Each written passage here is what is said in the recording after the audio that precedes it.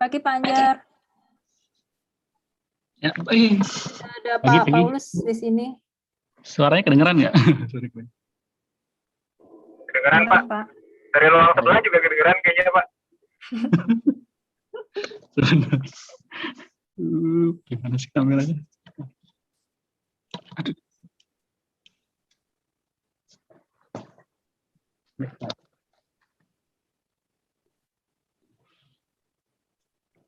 Kita nunggu Burin ya.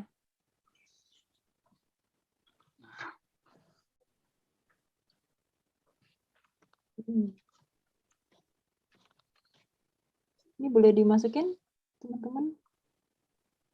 Mbak Dela.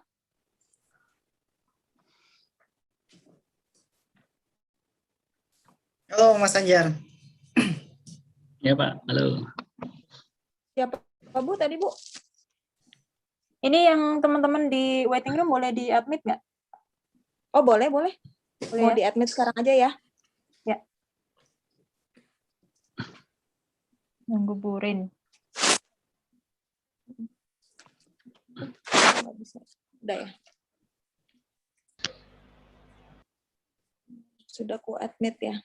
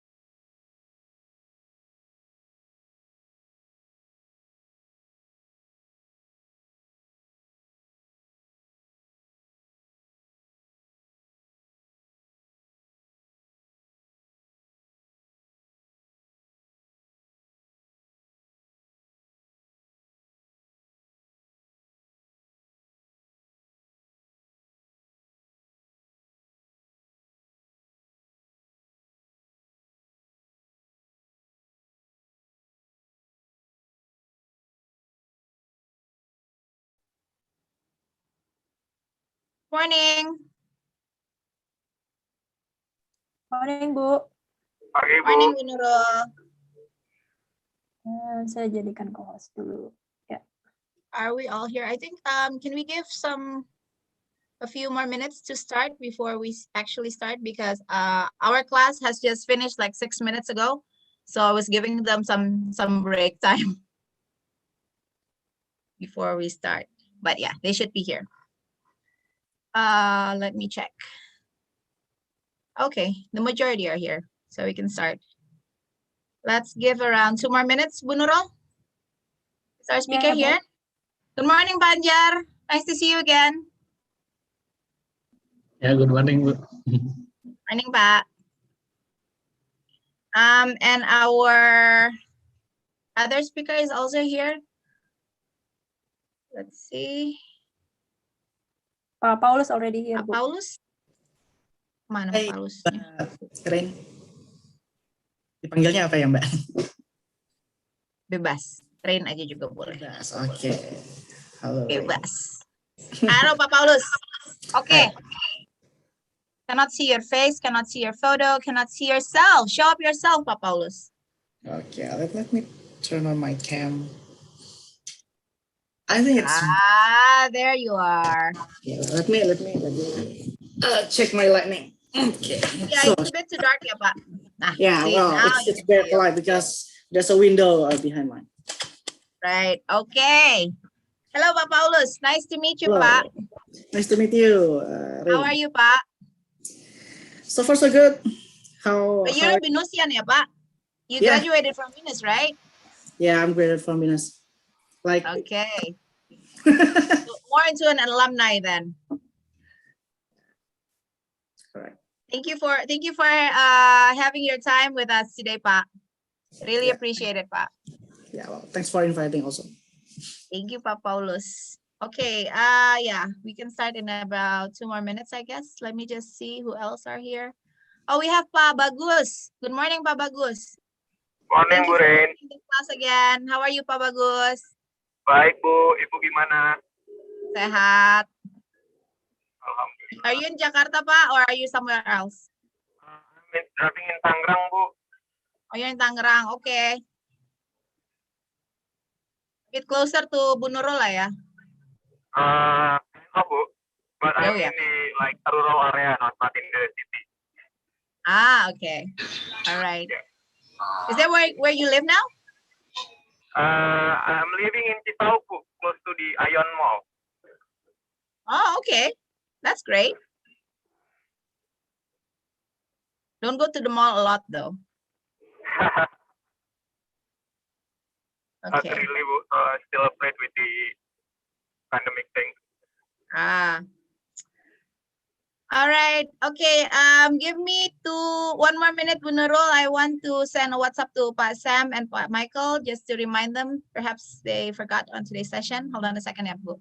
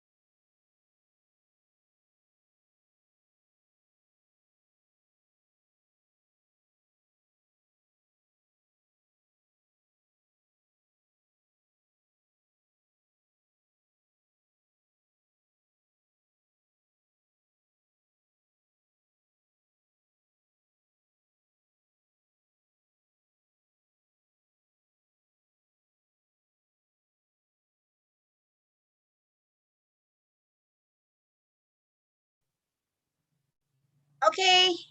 I guess we can start now.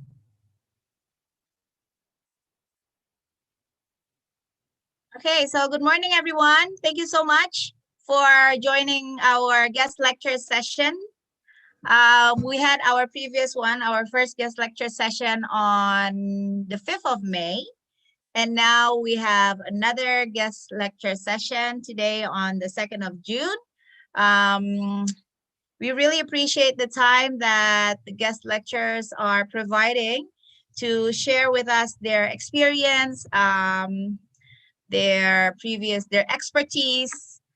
So class, this is really the good time for you to, dig more information from our 2 experts that are going to be sharing their experience with us. Okay.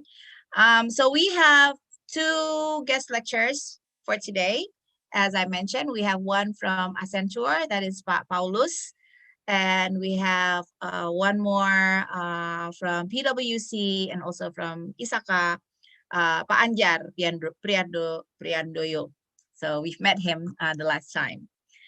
Okay, so the rundown of today's session would be the first speaker will speak first. Paulus will be the one delivering his material first. And then continued by Anjar. And after that, we will have a question and answer session. But of course, throughout the session, if you have any questions, just, unmute yourself, okay? No worries. You don't have to wait until the end of the discussion for you to ask. So we can just make it this more informal kind of thing, So if you have any question, you want to ask anything, you can directly ask during that moment. Just stop the speaker and say, excuse me, sir, I have a question, things like that. You can either unmute yourself, you can raise your hand, you can also put something on the chat box. Okay, so you can do that. And I'll be taking attendance along the way for the IS students. And thank you so much also for the computer science students that are also here. So we are greeting both students. And then there was also, I think, several students from so basically the IS students from my class is the 4th semester student, Pa Anjar and Pa Paulus. But we also circulated the poster to the other classes as well. So they might also be joining today. Okay, so Pa Paulus, are you ready, Pa Paulus? Yep, already. Let's go. Let me give introduction about you first, ya, Pak. Yep. Okay, so hold on. I have to read my cheat sheet, see, Pak. So as I said, Pak Paulus, he is a Binusian. He will talk more about it. So he went to Binus the year 2008 and graduated in the year 2012 from the Department of Information Technology, Faculty of Computer Science. And he has been involved as a committee very actively. And working experience, you've started your first time working in Binus Marketing Intelligence, right? And then he also worked as a software developer at Sahasa Pancamanunggal. And now the current job since 2012, wow, that's a long time, as a software engineer analyst at PT Accenture, okay? He has been involved in so many IT project involvement, making a software for the UKM Wushu Binus, and then developing video gallery, website, enhancement Salesforce effectiveness for CIMB, Niaga, Bank Niaga, workflow implementation for PLN. Wow, so many experience with PT PLN, yeah, and also at BTPN as well. Looking at his computer skills, whatever it's on your head, he got the skills. So are very, expert on his subject. Okay, so Pa Paulus, please, you may start. You may start by introducing yourself.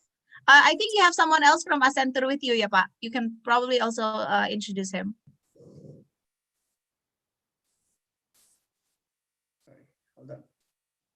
Okay, so the floor is yours, Pa Paulus.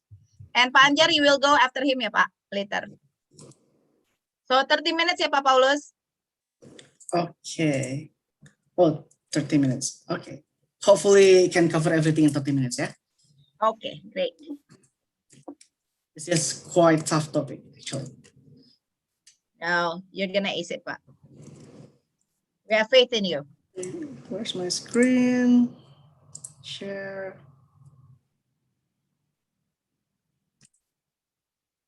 Okay, perhaps I think you should put your video first, Pa, and introduce yourself, Pa, before you do your presentation, Pa, so we know you better.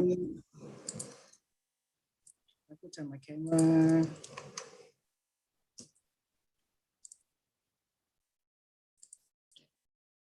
Okay, well, okay, back to the Let me change my place a little bit. Okay, so it's not yet any backlight. So hello, Venusian. My name is Paulus, like in the intros before. Yeah, well, I don't want to disclose in which year that I graduated from Venus, though, but it's been spoiled by rain. But yeah, well, it's okay. Sorry, but you're so young. Okay, so basically, I've graduated from Venus. I'm from IT, so it's from 2012 up till now. I'm working. Don't have any plan to do master grade or anything, but currently working at. I will try to introduce you a little bit about the Accenture along the way. Okay, let me start introducing the Accenture first, yeah, Mbak Ren.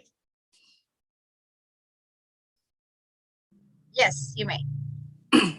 Okay, my slide is already shared and shown on your screen, or still not showing? Is it shown? We can see it. Yeah, we can see Yeah, it. you guys can see it. Yeah. Okay. Great. Okay, so there's a little bit of introduction about the Accenture. So if you guys have heard about Accenture, well, Accenture is a leading global professional services company. So basically, we are coexist in multiple countries. We are serving a broad of services, basically on the strategy, consulting, the technology and operations, and also all of the services is empowered by the digital capabilities. Well, there's a lot of our employees throughout the world. So it's about 500,000 employees worldwide, quite a lot, right? And from Indonesia, we contribute about 800 of employees. So if you are wanted to help us to break through 1,000, please do. Okay, you can reach out to the Accentures. And also, we already 50 years plus in Indonesia. But if you are trying to Google Accenture and open up the Wikipedia, it might be just a 30 plus years.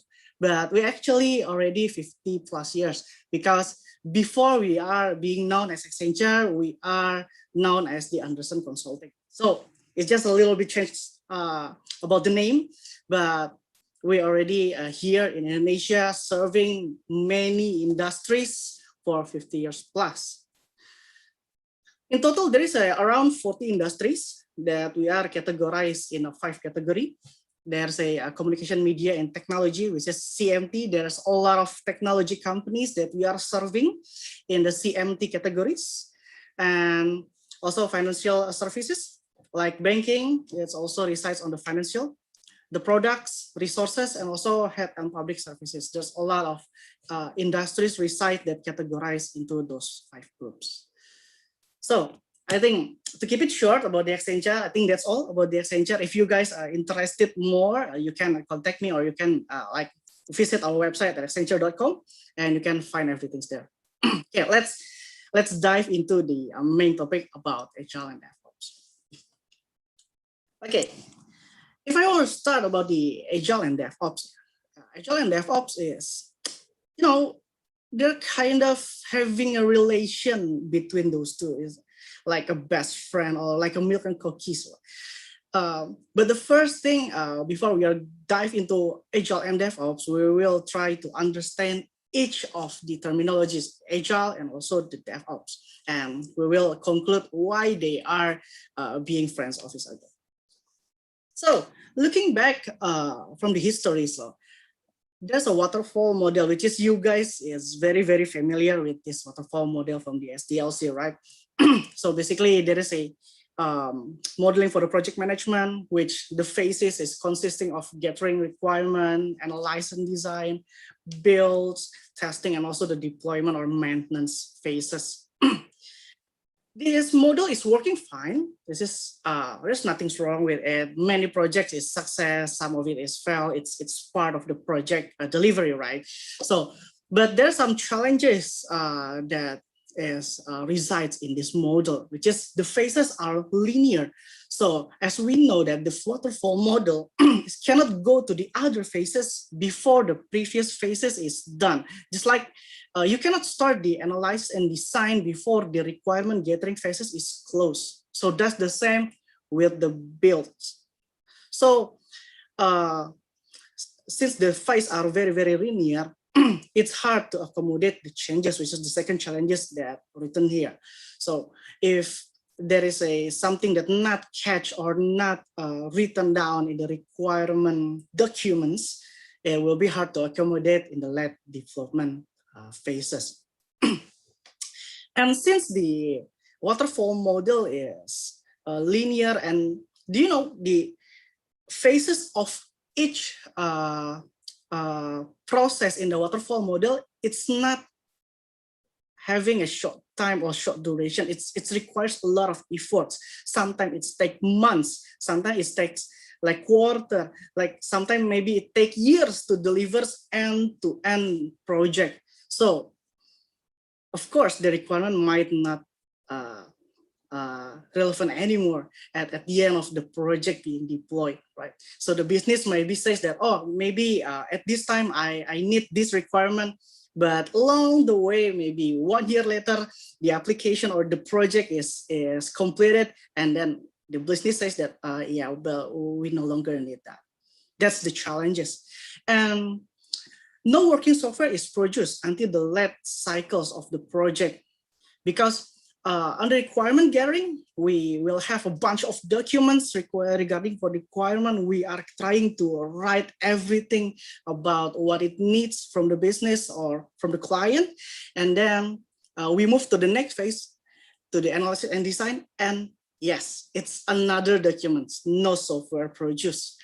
Like there's a lot of documents. And then the builds, yes, this is the software being developed and being produced. There's a software, but not yet as a working software, because it's need to pass the QA and also to the production. Well, by the way, the production is the system that actually used in a real transaction, so we call it productions. And basically, during the development, we have a kind of several environment. First is the development, sometimes we call it a staging, pre-prod before doing into the production, and the last environment that we have is the live transaction, which is the productions. That's just a side notes. Is the waterfall model it's obsolete and should not be used? No, it's still coexist right now. It's still working well, like I said. So it depends on the project and which project is suitable for. It's clearly that it's suitable for the project that having a clear requirement and fixed. So the requirement will valid from time to time. And also there's no ambiguous requirement. So if there's no ambiguous requirement, means that changes is minimum throughout the development phases, right? And also this approach of development waterfall model is good to use when the technology is well understood. So there's a use cases for the waterfall model, but it comes with several challenges. That's why the Agile it's come into the play. So what is Agile? So by the way, Agile, it's not something that like a procedure or like a list of method or list of steps that you have to do. There's not an Agile. Agile is a mindset and a set of working. So it's sets of mindsets. Yeah. It's defined 4 manifesto and have 12 principles of Agile. As we can see, there's a manifesto, individual interaction over process and tools. In this manifesto, there's a left and right side statement, right? And the left side, it's being bold, and the left side it's not. It's light weighted, but doesn't mean that it is not important. It means that the Agile it values more about the statement on the left side, which is the individual interaction is valued more against the process and tools. Process and tools is very, very important. Don't get me wrong, or don't get the Agile wrong by saying that, oh yeah, well, we don't need tools for Agiles. You guys will need tools and process and strong process also, but the individual interaction, which is the collaborations, is also very, very important in the Agile. And they also valued more working software over comprehensive documentation. This is also some myth in the Agile. Agile means no documentation. Okay, that's wrong. Okay, that's just a myth. Agile also have a documentation because documentation is needed, right? But instead of focusing or spending effort more in the comprehensive documentation, Agile will spend more effort into the working software and make a documentation when it's needed. And the customer collaboration over the contract negotiation. So one of the challenges in the waterfall is hard to accommodate changes, right? So this one is also being addressed in the Agile, which is the customer collaboration over contract negotiation is the one of the Agile manifesto that's saying collaboration between the developer and also the business owner is more important to achieve a higher quality of the product over a contract negotiation. Contract negotiation means that something that you agree early on the project and you are following that. And corresponding to change over a following plan. Yes, this is also correlated with the previous manifesto, which is handling changes in Agile is the one that very important in the mindsets instead of just strictly following something that, you know, will be no longer relevant in the future.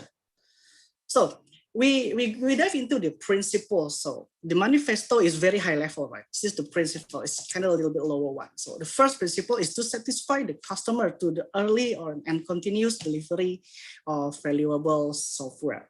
So means that if you are hearing Agile, you might be heard about the Scrum. So dividing into a smaller batches of deployment and also sprints and deliver software. So this is also the same, which is the principles of Agile is delivery of valuable software. Maybe you can see on your Google Play right now how many software that requires an updates. That's one of the embodiment or the one of real examples of the continuous delivery. You might not even noticing, but everything is got updated, like maybe bug fixing, another features, a small feature, but really affecting your UX. Welcoming changing requirement even in the lab development. Well, the Agile things is very important nowadays. Why? Because everything is very, very fast right now, right? We need to adapt with the market, with the needs of the market. So we need also to be able to welcoming changes. This is why the principles of Agile mentioning to welcoming the change. Okay, and also deliver working software frequently, like I mentioned in the first point, which is the sample is on your marketplace. Yeah, maybe you use an Android, you can see a Google, you can use an Apple Store. Yeah, well, there's a lot of updates to the software nowadays compared to the late days. Yeah, to back then when we are trying to ship software, it's hard to get update because well, the method of delivery is also different. Yeah, now internet is everywhere, is available throughout the world. So delivering software is now a lot more easier than before. That is why the Agile becomes more urgent day by day. And also the business people and developer have to work together daily as principles of the Agile. Why? Because we cannot see something just by the technical things like, oh, this software need to be built like this. We need also to see the business value that will be delivered throughout the development. So that is why the business people also need to involve with the developers along the way, collaborate, working on a project and also products. Okay, there's a lot of principles. There's a 12 principle of it, but I think we just have to emphasize several. I think 4 of it is enough. You can try to explore it more in, I think, agilemanifesto.org. That's spit out everything. Okay. In the Agile, maybe you guys oftenly hear about, oh, well, Agile is Scrum. Agile is something to do with sprints. Agile have something to do with Scrum Master. Or Agile is Kanban, isn't it? Or maybe Agile is, I think it's Agile something to do with pair programming from extreme programming or something. Yeah, well, they are related. This is the relations. Agile, as I said before, as a definition, is a mindset and way of working. So it's more about the manifesto and the principles. And the Scrum, Kanban, and P, which is the extreme programming, is the embodiment of those principles, which is the Agile framework. So they are making a frameworks to achieve what the Agile manifesto and Agile principles describes. So in the Scrum, you guys heard this very much. There's a Scrum team, which is you are making a team with cross-functional, which is emphasizing on the collaborations, right? Which is Agile manifesto is also mentioning about collaborations. And they are also having sprints, series of sprints that dividing a big chunk of product features or product development into a smaller one. And also maybe you guys heard about Scrum Masters that leading the Scrum team. Yes, there is Scrum. It's more about the frameworks to divide things into sprints and execute it in a timely manner. Relatively short, maybe one sprint is just 2 weeks, or maybe it's maximum, maybe in it's about 1 month. It's quite long, but yeah, well, that's Scrum frameworks. And also you might hear about Kanban and the infamous Kanban board, right? So the Kanban is actually developed by someone in Toyota back then for the workflow of their development. This is usually comes with the Kanban board. It helps to visualize your work. So basically, there's a board, maybe if you see on the right hand, there's a to-do, doing, and everything. Well, the columns, it may vary, maybe sometimes 3 columns, maybe 4 columns, and so on and so forth. But the Kanban is help you to visualize your work within your team. And also the XP. Basically XP is a full package also. It's a 5 essential ways for the communication, simplicity, and feedback, respect, and courage. And the most infamous thing comes from the XP is the pair programming, which 2 programmers sitting together producing one piece of code. So all of those 3 frameworks is having each characteristic and its contribution and its definitions about the Agile itself. It's trying to bring out the value that mentioned in manifesto and also the principles. So in which framework that you might use, you might combine it all, you might use some of it. It depends on the situation of the project. So how does it work, the Agile? So basically there is a 9 points that might be describing how it works. First is to deliver value early and often. So in Agile, to adapt with the market needs and the feedback, of course, we need to deliver value early and often, because time to market is very important. Just imagine that, yeah, well, I'll just mention some brands, it's okay.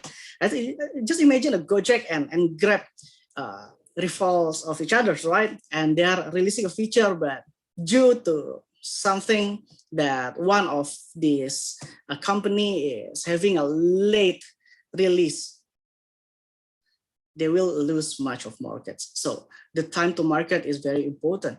And also small batches and sizes maybe also embodied in Scrum, yeah, splitting into small batches and deliver value even rapidly. And also priority and focus, this is also resides in the Scrum frameworks, because in the Scrum frameworks, you might find there is a Scrum meetings, there's a prioritization about the backlogs, which backlog will put in which sprint and which sprint that, how many sprint they will run before the releases. And also with Agile, there's also have to deliver the highest value first because of the collaboration with the business and cross-functionality people in one team that makes the identification of the value of the deliverable is more feasible. So they can choose things that deliver highest value first. Iterative and incremental. You might also hear about the minimum viable product, right? When you are trying to achieve something that's very, very big, you are making a cut its feature to the minimum so it can release it or reach the market faster. So after you got the MVP, then you are doing the continuous improvement, which is iterative and incremental of delivery.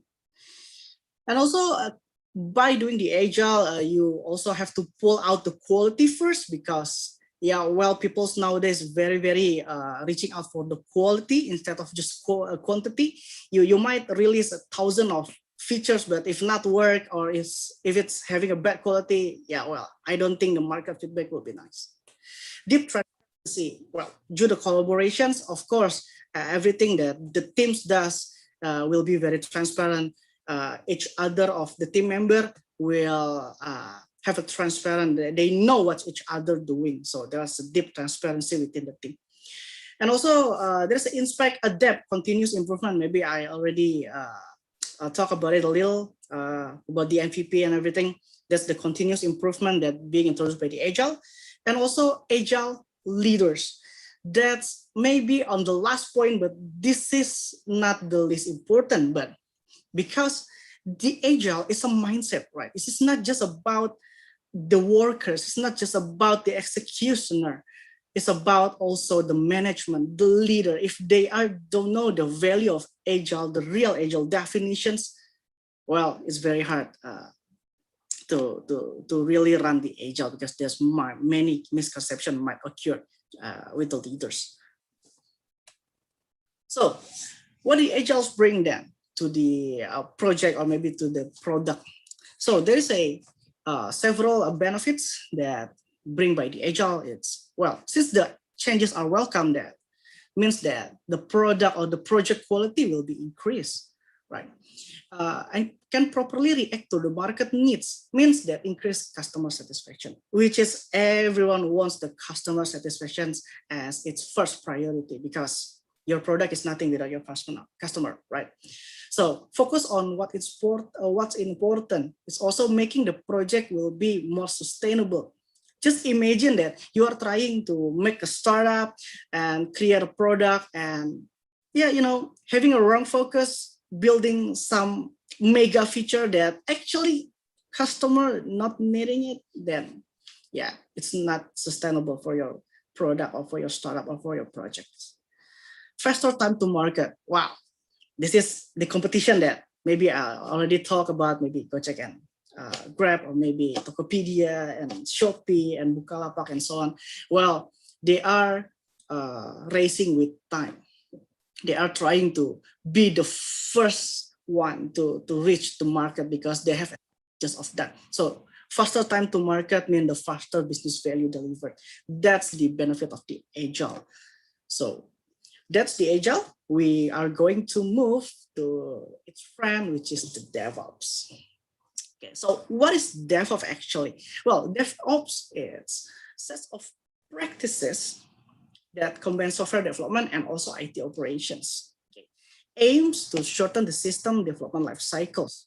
So basically, as a background, back then when you are doing the development, it's pretty challenging when you are nearing the deployment phases because the team is very separated between the development and also the operation. So basically the development team is responsible to, well, processing the requirement, doing the design, doing the build and developing and testing. And after the test is passed, that's the product.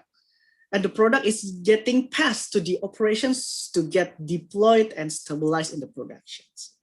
That's the wall of confusion resides between the dev and also the ops. Because the dev is wanted to to make change as much as possible regarding to the requirement, right? But the ops is having a different KPI, which is to make system stabilized, means the less changes, the more stable, right? So basically, there's a lot of conflict that happen between dev and also the ops. This is the DevOps will comes in, which is try to collaborate to make the dev and ops can collaborate together. So there's no such like, oh, this thing is work on my machine, is fell on you during the deployment ops, and the ops is also blaming the development because not giving the instruction of deployment well enough. So, well, that's one of the things that might happen with the dev and also the ops during the development and delivery of the product.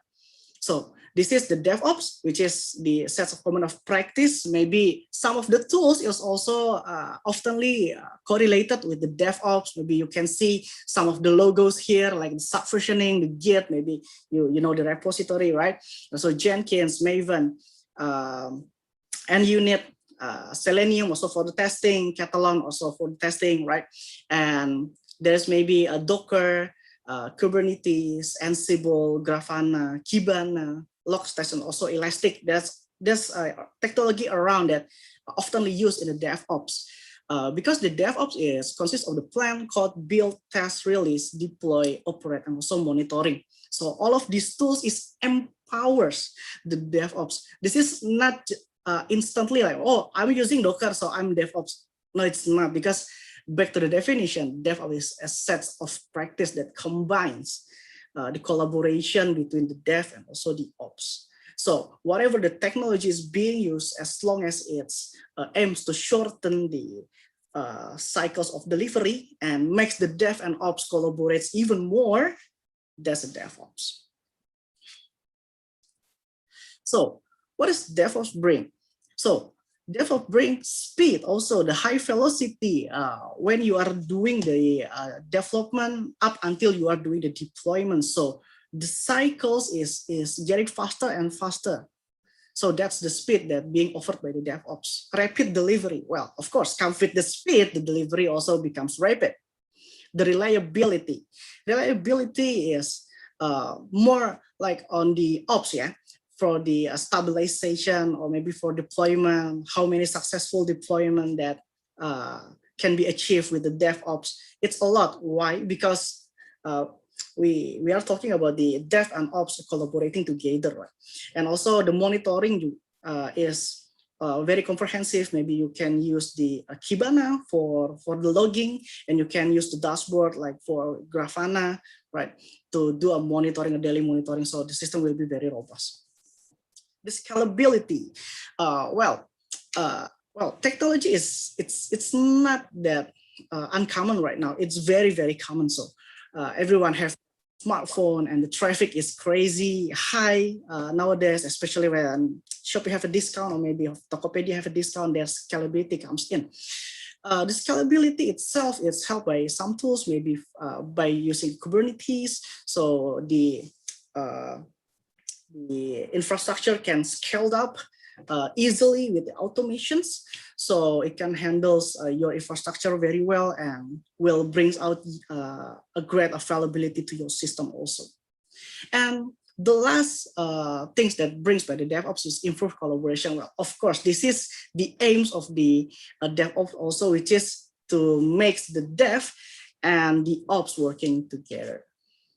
So basically, Agile and DevOps have a same aim, to speeding up something, right? Yes, Agile is the way you are having a mindset or way of working to make the product or the project can adapt with changes, can adapt with the needs of the market. And the DevOps is also working very well with Agile to fasten up the development cycles, which is from the day your program writing codes up to the day your code is reset in the productions. It's automated, it's fastened up with many process and tools. So that is why Agile and DevOps is working very well each other. Well, like a milk and cookies, maybe Western says that. Yeah, maybe from our Eastern things, maybe everything works well with sambal, yeah, especially when you are like something spicy. Okay, I think that's all from the Agile and DevOps. Thank you. If you guys have any question, you can put up in the chat room, or maybe you can unmute like Ms. Rain says. I think it can back to you, Ms. Rain. Wow, exactly 30 minutes, right on time. Thank you so much, Paulus. So thank you very much. I don't know, do you guys want to ask now, or I think we should continue with, as a plan, we continue with our speaker first, or, I mean, I'm asking to the floor whether we want this to, gimana Bu Nurul? Apa kita lanjut seperti rencana awal, atau kita bisa buka sesi tanya jawab aja dulu sekarang? Mungkin lanjut aja dulu ya, Bu. Nanti Lanjut aja dulu. dikumpulin di belakang ya. Okay, siap. Okay, so we are going to call out our next speaker. Before that, I would like to say, to greet Pak Sam, who is also the head of the program for IS, is also joining us. Thank you so much, Pak Sam. Terus juga tadi, there's Jude also here, in addition to Pak Bagus ya. So thank you so much for all the lecturers that are joining. Yes. Sekarang kita akan melanjutkan ke sesi selanjutnya. So I would like to call for our next speaker, Pak Anjar, to take the floor. A quick introduction again to Pak Anjar before you begin your presentation. So we've met him previously last month on the 5th of May. So you all know that he is a consultant from the PricewaterhouseCoopers, and he is also the certification director from ISACA Indonesia. He holds a PhD from the Environment Science, University of York in UK. Prior to that, he also has a master's degree in engineering management, and his bachelor degree was from Universitas Gajah Mada. Okay, and similar with Pak Paulus, Pak Anjar also holds very impressive CV, very long, with all the project experience here and there. Name the big industries working with IT. I bet you he worked there before, so really impressive. Okay, thank you very much. So now I would like to give the floor directly to Pak Anjar. Okay, thank you very much. Can you hear me? Suara? Yes, Can you? Okay, the screen, fine? Yes, the screen is there. Okay. Okay, so thank you very much, guys. This is the second opportunity. So Pak Paulus maybe have explained to you some introduction about Agile and DevOps. Agile and DevOps is one of the project management methodology. So technically, if you want to do a project, there are a lot of methodology that you can use. Personally, I myself maybe consider as more traditional. I'm more like waterfall people that do the project using the waterfall approach. So my session will be more like reality check. I want to take you with what happened in the real life situation when you are managing projects. So I hope you can pay attention with this topic, because this is, for me, is very important topic that I'm going to share. This is how you can manage project safely without going to jail, or even you died in your project. So why this is very important? Maybe I give you some fact that in Indonesia, maybe 70 or 80% of the corruption is related with the project or related with the procurement. So this is like news in 2020 that Corruption Eradication Committee mentioned that around 70% of the corruption related with the project procurement. And if you coming from the IT background, you will easy to understand that IT corruption is one of the biggest contributor of the corruption in Indonesia. So why this can happen? The first reason is the IT vendor can give like about 90% of discount compared to the market price. For example, IBM want to go to BRI, the price of the laptop, they sell it like 20 million because they want to penetrate the BRI market. For example, they can give like discount up to 90%. So this is very difficult for the law enforcement to detect the normal or to detect what is the acceptable market price, because some vendor or principal can give discount up to 90%. So you can imagine if software they sell for like 100 billion, 100 miliar, but the vendor can give 90% of the discount. So you can guess where the 90% will go. It can go to like kickback to the government official or the procurement people. And the second reason is like most of IT products are intangible. It's very difficult to be measured. For example, how much you pay for Microsoft Office. If you have like the student agreement, you can get like it very cheap or even free, but if you sell it for the corporate, it can be very expensive. So most of the IT product is intangible. And the third reason is vendor locking is common. For example, if Telkomsel, for example, want to use SAP, so the SAP want to all the application in Telkomsel is based on SAP. And the fourth reason is the subcontracting is common.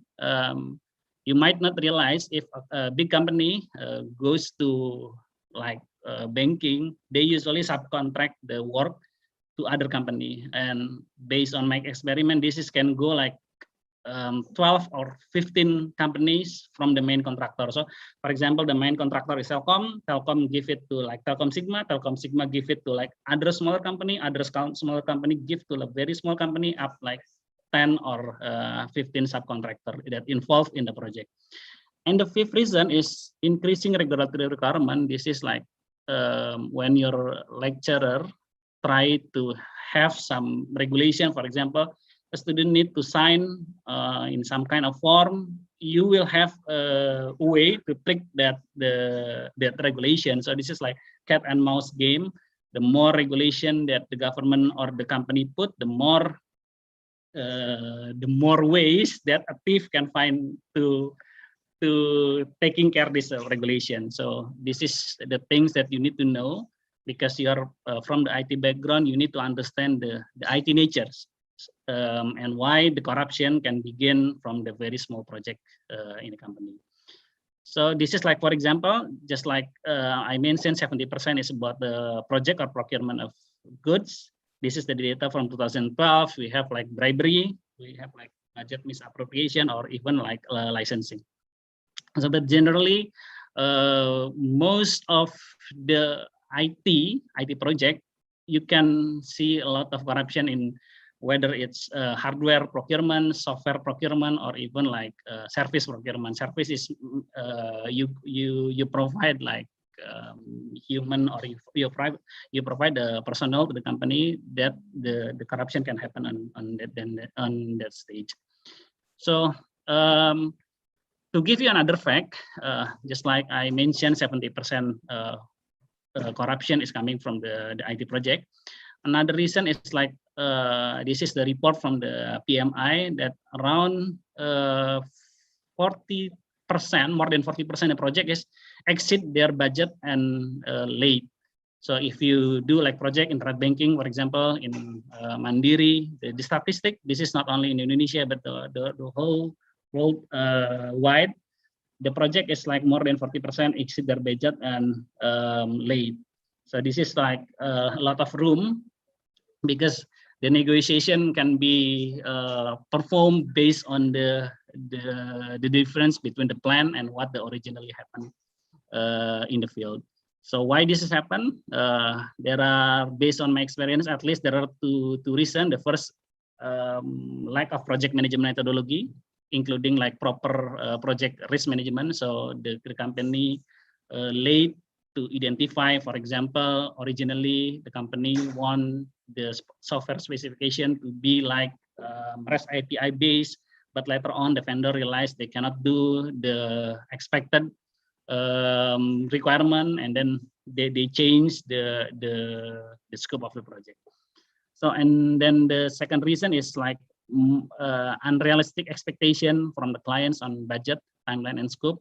So you need to know about this, that even like a lot of like high rank government official oversimplify the IT project. So like we can have like national ID within like 3 months of project using only like 20 people. So this kind of unrealistic expectation, you need to learn that this is that one of the main source, one of the source why the corruption in the IT project happen.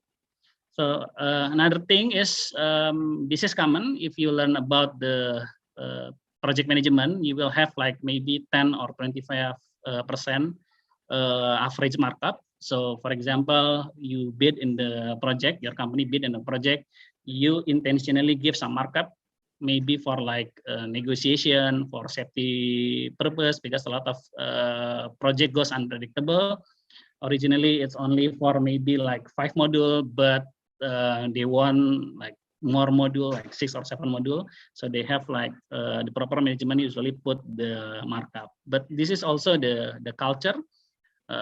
You know about this, you heard many things like this in the news. Even our previous president, known as the 25% president, if you know Ibu Tin Soeharto, she was labeled as like Mrs. 10%. So every project they want to have like 10% or 25% kickback from the project. So now I'm going to tell you the mega project. So mega project is defined that project that exceed $2 billion or the project that exceed 20 triliun ya. Jadi project that bigger than 20 trillion rupiah is considered mega project. So I want you to understand the scale of the project and how the corruption, especially in the IT, when you do the project management, no matter framework that you use, Agile, you use DevOps, you use traditional Waterfall, why this kind of thing might happen. So maybe I give you some illustration how big the project can be. So if you know, there are like 3 classification. The first, we have like mega project. Mega project is like I mentioned, the project that exceed 20 trillion. For IT is relatively small compared to the physical infrastructure project. So there are only national infrastructure project that cost exceed $2 billion. In my experience, I've working with Bank Indonesia, National Payment System. This is one of the national infrastructure projects that exceed $2 billion. And the next class is the large project. Large project is between 200 miliar to 10 triliun, 10 triliun rupiah. This is usually like company infrastructure project. There are smaller national infrastructure project, for example, electronic KTP, national identification. The project is about 6 triliun rupiah, and the corruption is about half of it. And the Mr. Setia Novanto got like 16 years in jail because of that corruption. If you see like another project, this is like Cortex administration system. This is also similar with national infrastructure project. It costs about 1.3 trillion rupiah.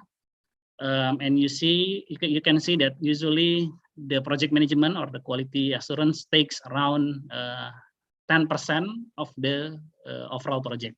So another large project is like core banking or core system in the top 10 or top national company in the country. And the rest we have like medium project. Medium project is like smaller project. This is like usually only like one system, like only internet banking, only HR system. This is cost like about 10 billion rupiah to 200 billion rupiah. So I just want to give you illustration. After you graduate from business, you are going to work between, if you work in a company, if you work with Accenture or PwC, you will most likely work with this kind of project, medium up project. And you need to know that there are, when you work with the very big project, usually the numbers is bit unpredictable, bit more intangible. For example, if you build the house, the architect, imagine like consultant is basically a architect. The house is built by the contractor, and you need still to hire the consultant. The cost for the architect to build the house is around 9 to 50%. Indonesian Architecture Association put the peg, the top line is around 7% of the project. So this is the bigger the project they are, the more difficult the estimation of the project to be made compared with the smaller. And if you compare with the national physical infrastructure project, the national physical infrastructure project can cost even like 10 times bigger than the IT project. So you are going to work with this, and it's easy you are to be blamed when the project is not successful. And when you are to be blamed, there are a lot of bad things that can happen. Either you going to jail or you died because of the pressure or stress handling that project. So I give you several tips because one of my boss once told me, I remember this until now. It's been like 17 years. She always told me that there is no bankers that did not lie. There is no honest bankers. Every bankers at some point is lie to their client, lie to their customer. And he also mentioned there is no single general, there is no single police general or military general that their hand is clean of the blood. So every general must at some point kill somebody. Every bankers at some point will be lie. And then how to survive this? I'm going to give you some practical tips. This is very important because once you graduate, for my experience, you can learn the technical things about 3 or 4 months. You know the Agile, you learn the Java, you learn the software. The technical things you can learn about 3 or 4 months, but non-technical things, it's more difficult, especially how you manage your stress, especially how you manage difficult situation. And I just want to emphasize, because we live in Indonesia, you know that corruption is everywhere, even in the companies, even in the private companies, it's also happen. And it's like parts of culture. So you need to understand this. Especially working in the real life situation is more complicated. The bigger the project, the more complicated they are. So I give you several tips how you can survive in the real life project situation. The first one is you need to understand the legal regulatory practice. So maybe now you never read the term and condition in the software, but later on you will read this carefully, sentence by sentence. What is the company requirement? What you are promising? What is your project proposal? How many people that involved? How long the project can be completed? You need to learn the legal background of every project. The second thing is you need to think and act from the law enforcement point of view. So you need to think from the auditor. For example, auditor will not accept your oral statement or just by saying the word, they will not accept that evidence. They need like hard evidence, email or some documents. And you also need to learn from the police or a judge point of view when you want to clarify a go or no go situation, for example. The third tips that I can share with you is you need to document everything, every email, every WhatsApp, every important communication. You need to have like proper documentation. Maybe you save it by yourself, or I have a situation where people record although it might be a gray area, you record the conversation, but sometimes it can save you when the things go south. And fourth tips number 4 that I can give you is you need to trust nobody and you need to live healthy. So I've been working with auditors. I've been work as an auditor in several projects, and a lot of cases when you visit the project, they try to poison you. So one of my supervisor, even there are reasons that like auditor never want to accept like food or drinks from the auditee because they have a bad experience with poisoning. I have several cases that like aqua glass, what you call aqua glass. You assume that aqua glass is safe because it's sealed, but a lot of people like give like injection to the aqua glass, and the injection contain poison, and you get health problem from the stomach ache, or you can die. And the fifth reason is you need to be very careful with your financial transaction, because when you receive money or you get a lot of money from bribery or kickback, it always have a trace, literal trace, because like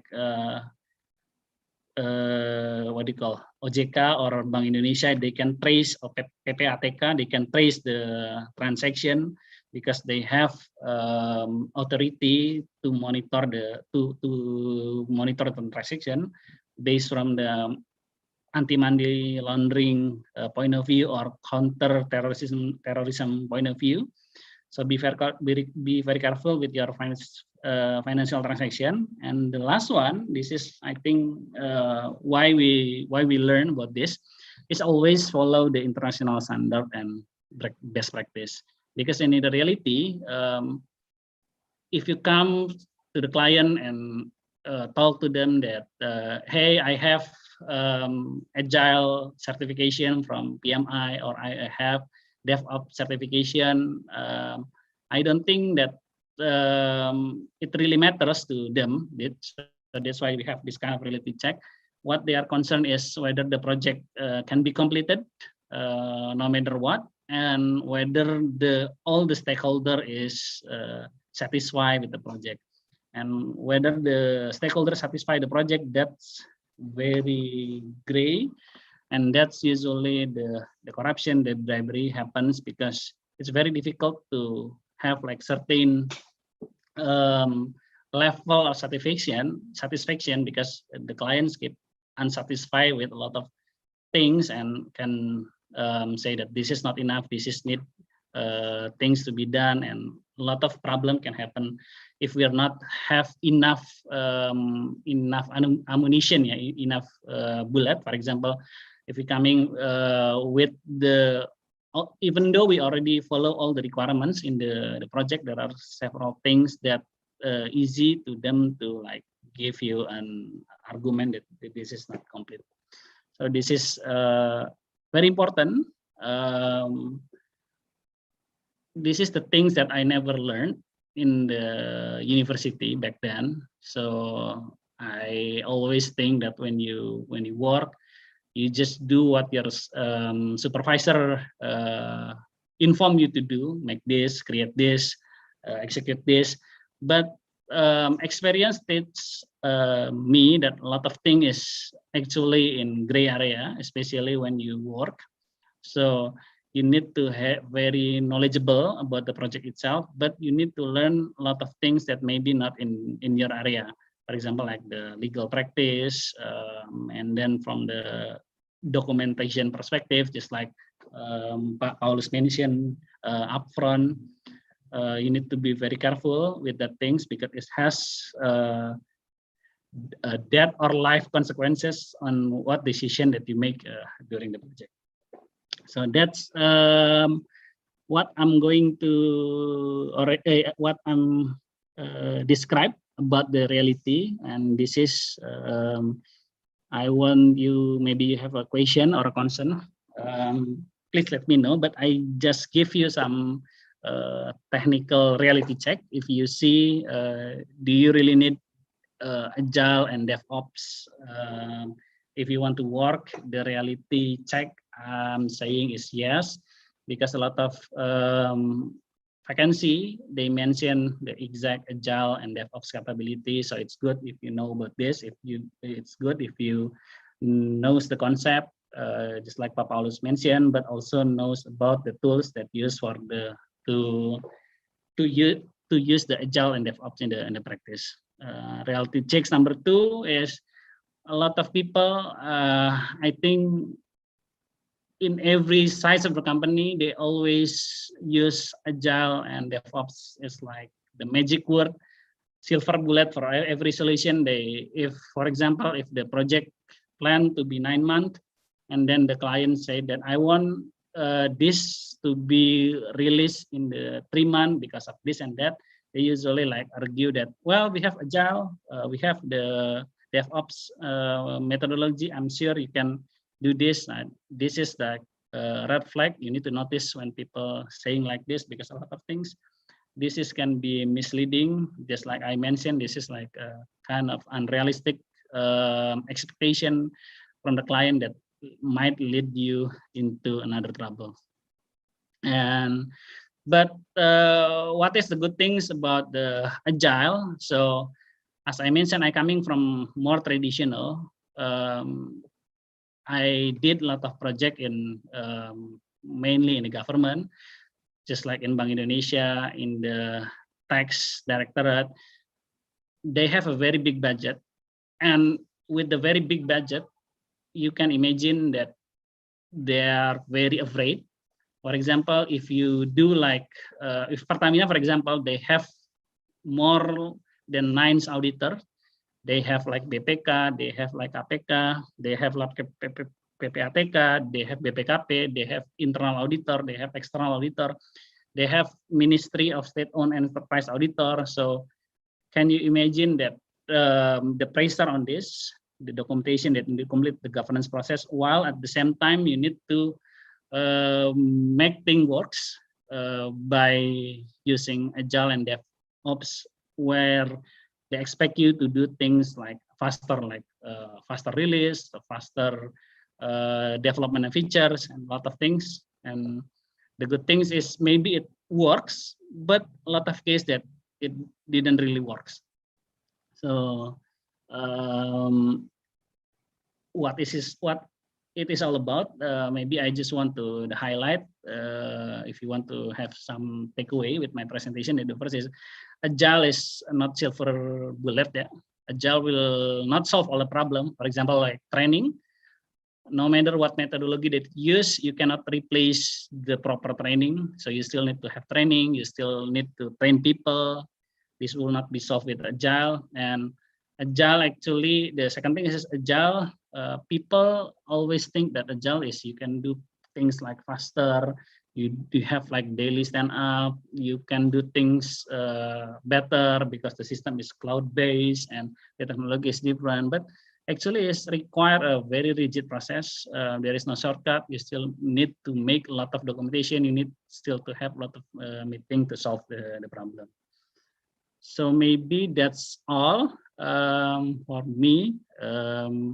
If you have any question or anything that you want to be asked, Pak Paulus maybe can explain to you more with the technical side of the Agile. I just want to give you another perspective how to manage a project, because Agile and DevOps is one of the method, and there are many things that you learn to manage the project successfully, both from the technical aspect and from the non-technical aspect.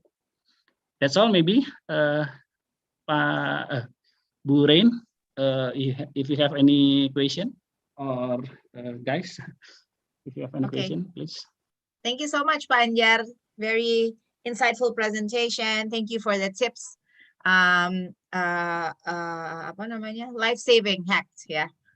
Life hacks for the tips, yes. Yeah, I also noticed that those are the things that we don't learn during your college years, but those are the things that you'll eventually realize when you're working. So this is really something useful for us because we learn it directly from our experts today.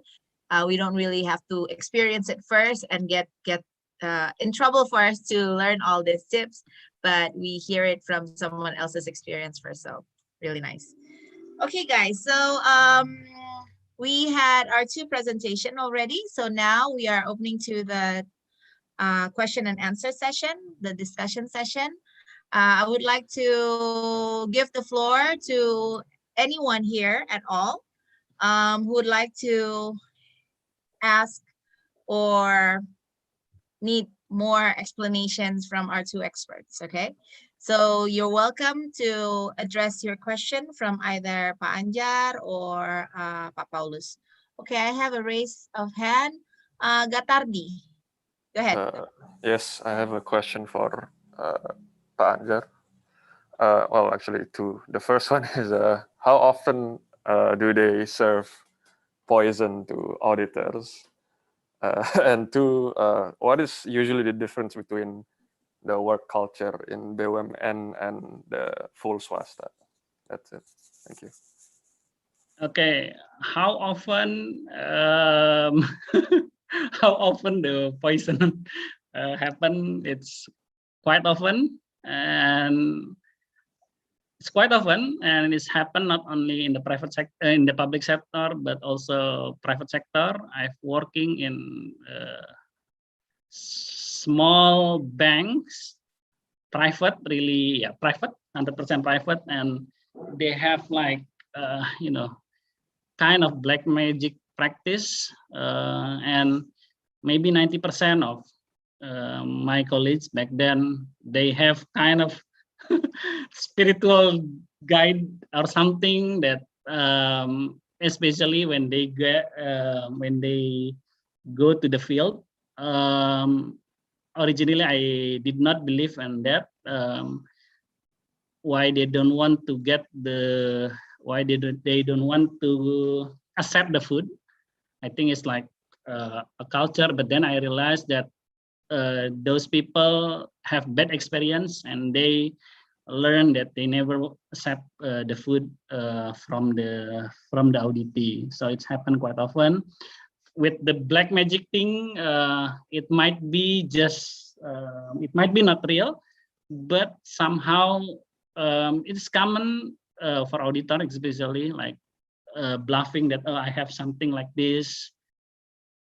And to some degree it works, especially if you work with the, if you work in the field, if you work with the some potential corruption cases.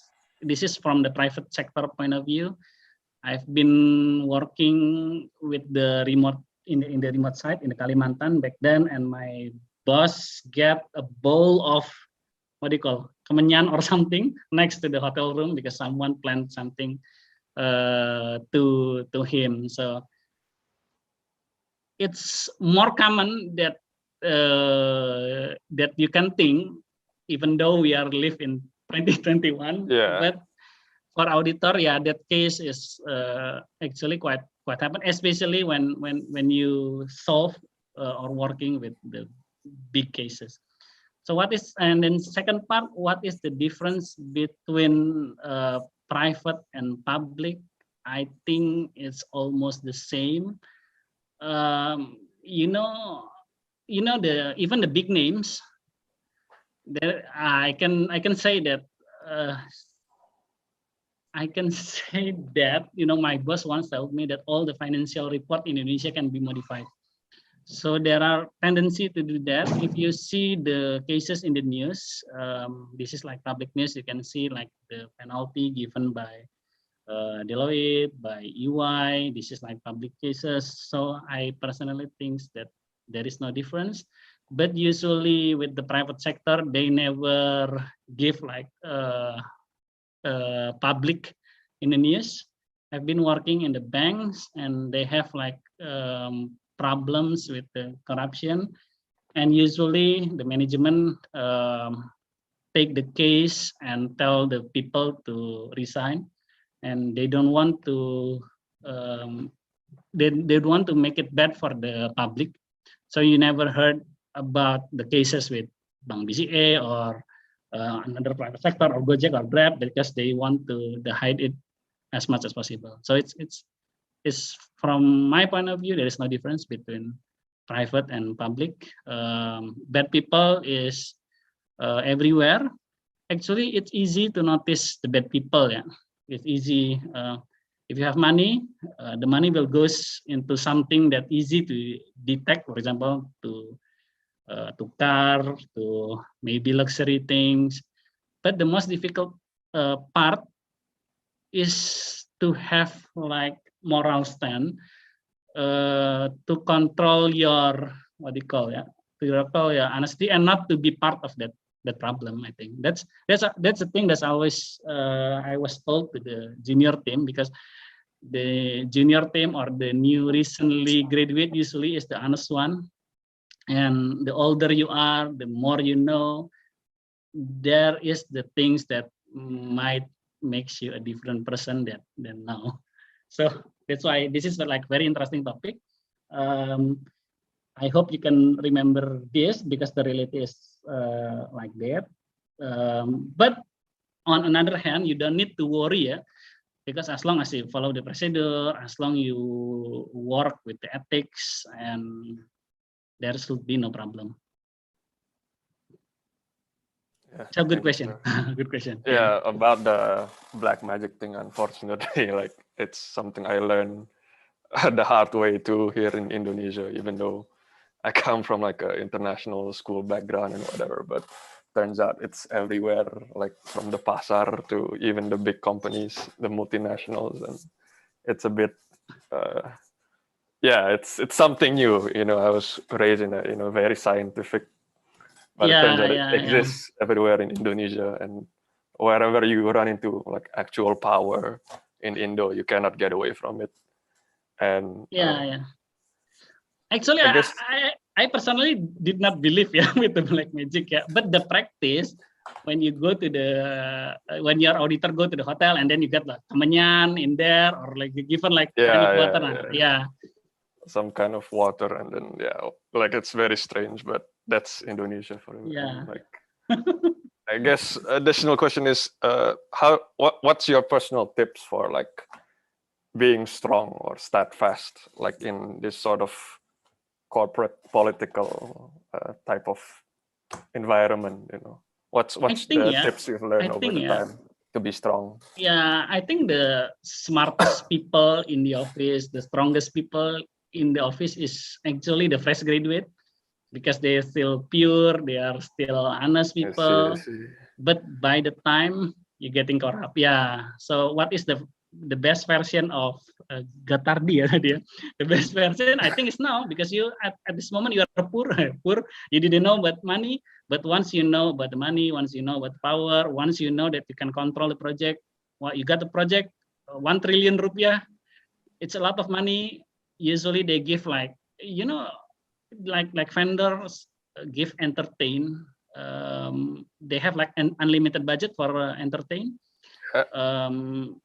If you have the authority to approve a server for like maybe only 100 billion rupiah, and they give you like good things, they give you like entertaining holiday and stuff, and then it will be depending on you if you if you still want to be good, it's easy actually, but it's very hard if you're working in like a bad environment. You get bad influence, and the things got problematic after that. I see. Okay, so you have to be steadfast and Yeah. but flexible at the same time, like know your own power. I see. Okay, thank you, sir. Thank you, Gatardi. So the older you become, the more contaminated you'll be of Anjar. There is tendency, there is tendency. Yeah. So the fresh graduate are still pure, they're still innocent, they haven't been touched yet. Yeah, okay. So start there, and then keep it that way. Do not get contaminated. But I also heard I have some auditor friends that back then when I was still also working with the government, they are not allowed actually to take any drinks or any food that is being served for them. So even they have to work for hours on that working place, they are not allowed to take any. I mean, from the institution, they are suggested not to take anything from the opposite side, because perhaps something might be already inserted there, or things can get scary. Okay, thank you so much. All right, so now we are opening for other questions. So anyone from the floor who want to, you have more questions on managing your IT project. So you've also learned previously about Agile and also about DevOps. So anyone at all? Don't be afraid. Or perhaps this is something that you probably want to look into for your future career, and you also want to ask more tips and tricks from Pa Paulus and also Pa Anjar. Don't forget that Pa Paulus is also a Binusian, so he will also can give you some tricks graduating from Binus, what to do, right? Anyone? Let me see from the chat box, perhaps. There are some raise of hands. Yes, I see Fiona. Go ahead, Fiona. This is more towards Mr. Paulus.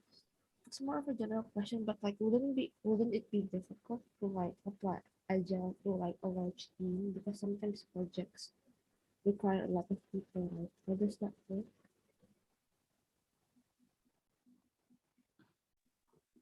Can you speak louder, Fiona? I think your voice was very low. And I think the question was addressed to Paulus, yeah? Yes. Can you hear me now? Yes, now it's better. It's more of a general question on like how to handle Agile with like large teams.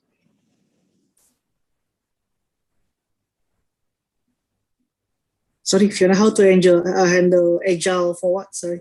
For large teams. For large team. Yeah.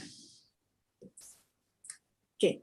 So basically, Agile can be worked on a very, very large team. As we know, all of the startup right now, all technology companies is having a very, very large number. Back then, I also from the startups. So, I'm currently in Accenture, but back then I'm working for a startup from the online travel agents, the popular one in Indonesia. Yes, their headcount is very large. It's about 1,000 plus back then. Yeah, I don't know about after COVID how many cuts they have, but yes, it can work on the large team.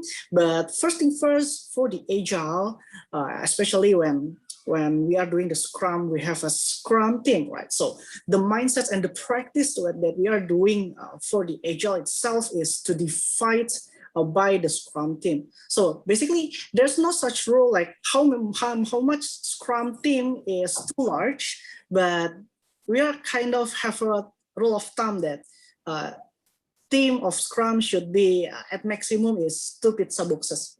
So basically, if you have to feed the team with more than 2 boxes of pizza, then your Scrum team might be too large. So how to manage a product or a project with Agile, it's to divide teams for maybe each of the sector, or maybe after the sector we divide also by the feature. So this Scrum team will work on what feature and there is a Scrum Master that might handle multiple Scrum team with their backlogs and consolidate and track the progress. That's how we handle things with the Agile. And I also wanted to highlight things about the Agile. Well, the Agile things is not just about the executioner, like I've mentioned before. It's also about the mindset. There's many of misconceptions that Pak Anjar is also already mentioned. Like when you are doing Agile, doesn't mean your project will be faster. It may be even produce more cost, but the time to market is, yes, it's faster because it's divided by a smaller batches. Like in a startup, we are trying to look at the feedback, maybe on the social media, maybe on the feedback loop, or maybe on the idea pools. We are trying to post which of the items or the backlogs or the idea is have more value to deliver to the clients that's put on our backlogs and also put on our sprints. That's how the Agile meant in the real world. It doesn't mean that things that, oh yeah, well, it's 12-month boss, we cannot do it. Okay, use Agile and you can achieve in 2 months. There's no such, right? Yeah, well, in Agile, there is something that can be faster, but doesn't mean 9-month project can be just 1-month project. It's about the way they handle the project, the way they handle the product, which they have many of strategies. They have a minimum viable product to be launched. They have aspirations of features that they can deliver separately with the highest value first and the high impact first to the customer. So there's so many tricks that have to be considered in the Agile and how you maintain it. The first thing first, you have to choose your have to implement your framework of Agile, which just maybe Scrum, maybe you will use Kanban, maybe you will use also extreme programming and many of other frameworks. But the most challenging after all, after you know what's Agile and what's framework, it's way to implement it within your teams and how they will work based on that framework, how you are going to introduce the mindsets and the way of working of Agile and of course, and myth busting all of the myth about the Agile. That's the challenges when you are trying to do Agile. Yes, there's a lot of misconception about Agile, but how you do it, you can do first to choose your framework and make it small batches and deliver each sprint and try to achieve the most valued items first compared to the others. So your time to market will be good and your value or impact to the market is also very good. That's how we do an Agile within small team and also a large team. It worked for both. Yeah, I think that's how we do an Agile on a large team. Fiona, do you have any other question? Or do you still need any explanation for that? No, thank you. I like your meme, by the way, that cat. Thank you, Fiona. Thank you, Paulus. Yeah, so it can work in either way, right? The big team or the large team or also the small team. So if you're thinking about, they're making a project right now which involves their company. So probably Fiona is also thinking with their team on how to implement this or how to apply this within their project. All right, so anyone else? Any burning question at the moment? You can directly unmute yourself. Otherwise, I have to go back to the chat box and look at some hands. Are there any hands? Anyone who wants to, anybody that has a burning question? Usually Will has questions. Do you have question this time, Will?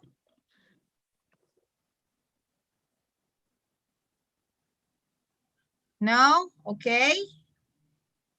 Perhaps anyone else from the computer science students? Do you have any question, guys?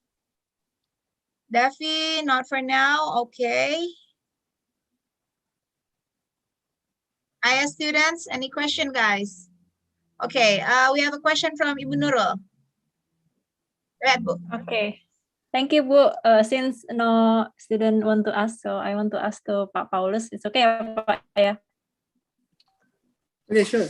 I'm just curious, how can you manage the documentations while doing Agile, because the changing is so fast, right? Are you usually assign one person to keep up the documentation, or how you handle it? So when doing Agile, I'll take example from the startups that I'm working with back then. Yeah. So basically, we have a collaborated place. Maybe we can use a Confluence. We use Confluence back then to do a documentations there. So when we are having a brainstorming session, we have some ideas, right? We are starting to create a page for that in the Confluence, so we can track everything's there. And we are trying to make another meeting and collaborations. Well, by the way, Confluence is supported to have a live collaboration. Yeah, if you wanted to live collaboration with your colleagues, but we are preferring face-to-face, and then we are do the collaboration along the way. Well, that's how we are trying to maintain the documentations. And also some of the documentation checklists that we are agreed on when we are making the product, it's also important, and that's also the way we can keep track the standard documentation that we have. While doing the Confluence, we have a standard pages, we have a standard section about it. What's the project goal, what's the theme, and what is the design, the business process design, the data modeling design, and everything. That's also spilled in the Confluence, and we are collaborating each other. Well, it's kind of different with you when you are working with an enterprise, because there are some very, very formal documents that need to be met, and that's also still can be Agile. But the point of the making documentations of Agile is to make it enough, not to make it excessive and exhaustive, because one of the manifesto of the Agile is they are value more on working software more than to the comprehensive documentation. But doesn't mean that documentation is should not be done in Agile, but it should be done enough to the project for the documentations. I think that's all. Yeah, thank you, Pak. Confluence, ya, Pak. Yeah, one of the things you can use Confluence. Maybe you can use other thing like you want the document management system. You can use SharePoint. You can use Google Drive. All that. There's many collaboration tools that are available on the market that you can use for your Agile team or for your Scrum team. Okay, thank you, Pak.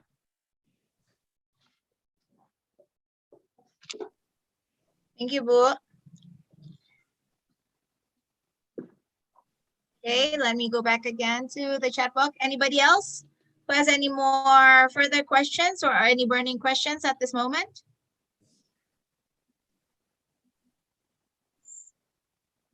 Okay. Oh, Chelsea, yes. Okay, go ahead, Chelsea. You can directly unmute yourself.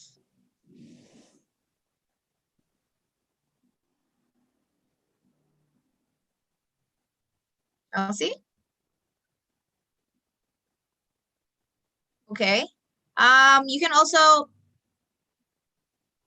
okay, you can try to put into the chat box. I can read it if you want.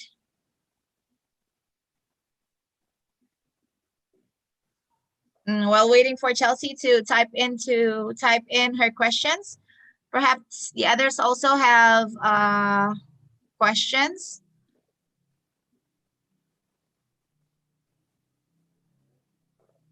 All right. Bingung, Miss, mau nanya apa? Who's talking now? I can't see. Glenn. Oh, Glenn. Yeah. Go ahead, Glenn. Maybe you can ask you later on as a fresh graduate, what should you do if you're suddenly involved in a mega project? Things like that. Okay. So while Belum bisa you're kebayang, Miss, gila langsung masuk ke mega project. Nah, mungkin nanti Pak Anjar bisa jelasin tuh gimana Yeah, okay. how a fresh graduate can be involved in this mega project. It will look really nice on your CV when you are involved and then you succeed. Selain itu Pak Anjar mungkin bisa sekaligus ini juga question Chelsea. I think this is for both of you, Pak Anjar and Pak Paulus. By the over budget project, does it mean it's loss or is there's no profit? Okay. All right. Perhaps, yeah, you can answer both. Thank you. Okay. First, I want to clarify things. Yeah, you should not confuse with the mega project. Yeah, I can just replace this. How to manage the project? Yeah. So the problem that you might face, the moral problem is difficult to be solved than the technical problem. I'm pretty sure 3 months, any kind of project, any kind of company, you can be fit in. It doesn't take long to learn the technical aspect of the project. Even with the very difficult system, 3 or 4 months, I can guarantee you, you can work with any kind of project. There is no difficult project. Yeah, I have met a lot of like fresh graduate also coming from BINUS. Within 3 or 4 months they can work with the team. There's a technical is never problems, but the non-technical, that's the biggest problem that maybe you never learn in the school. So for example, the one with over budget, for example, do you entertain the client or not? Your project manager telling you to do this, for example, do what the client say, but your director tell you different things that do not do this. This kind of the dilemma is the one that you will experience, then that is the difficult part. You will face this kind of problem more often during your time with the working. There are more gray area. What you learn in the school is more black and white. If you have instruction from your boss to tell you to do something, just follow it.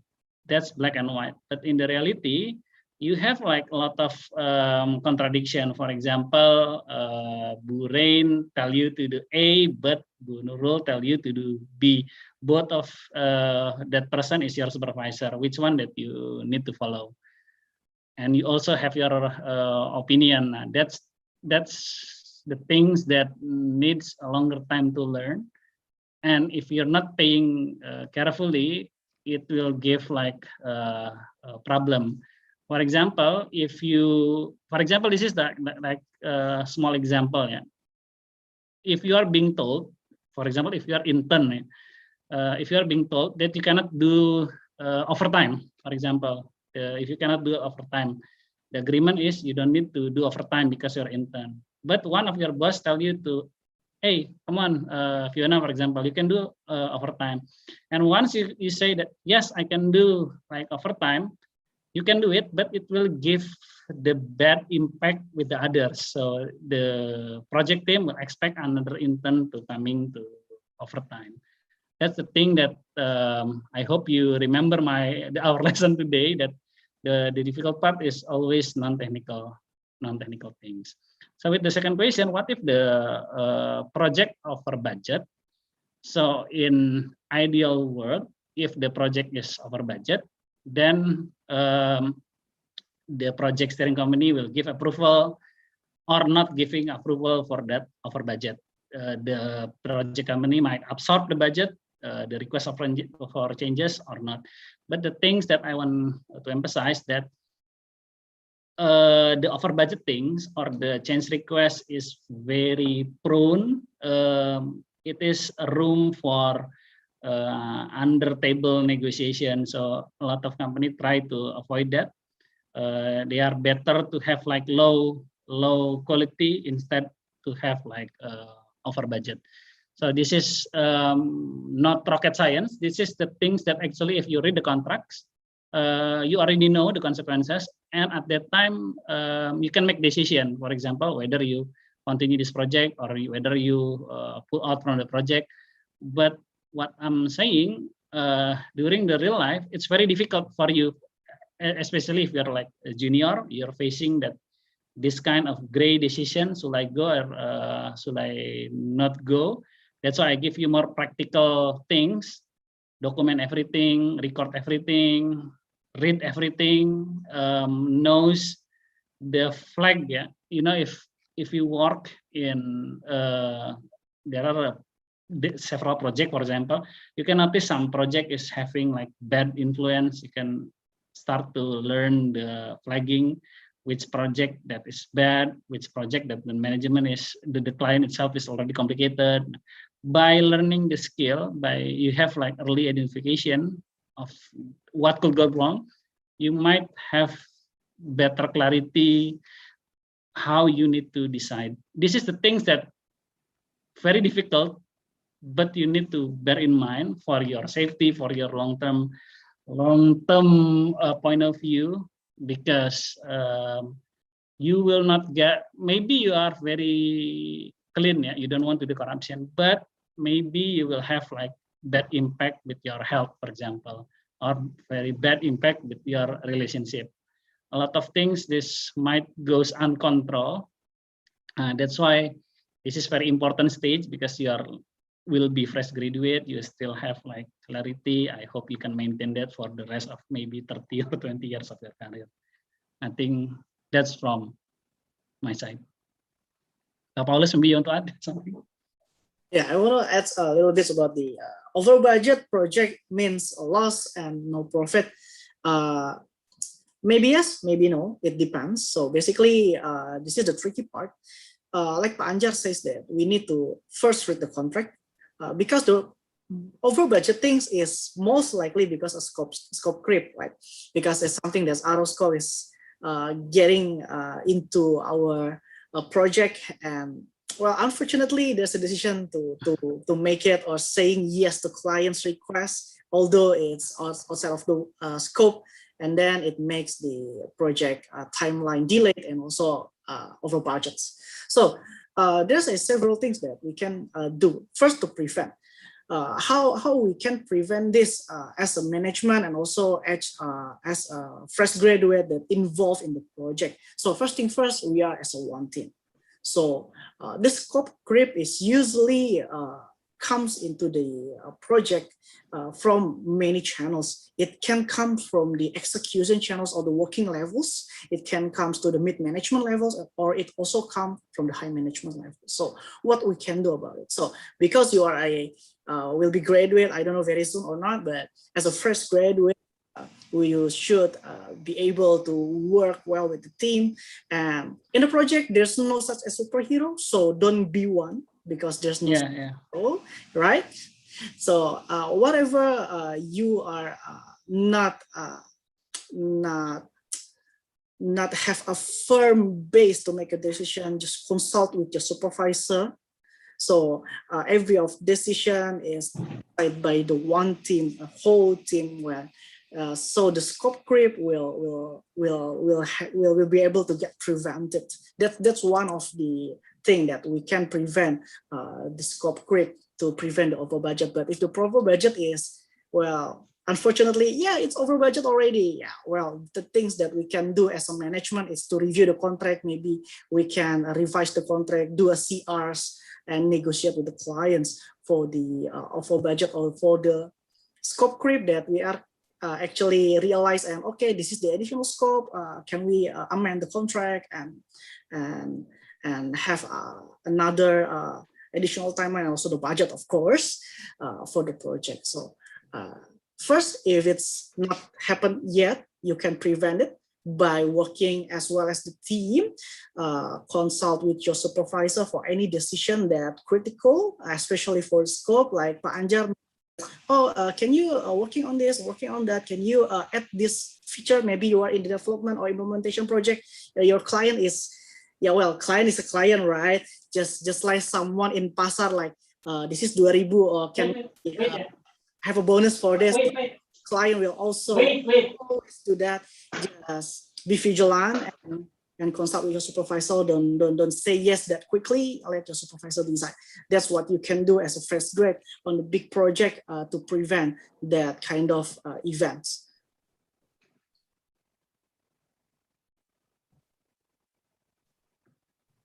Okay, thank you, Pak.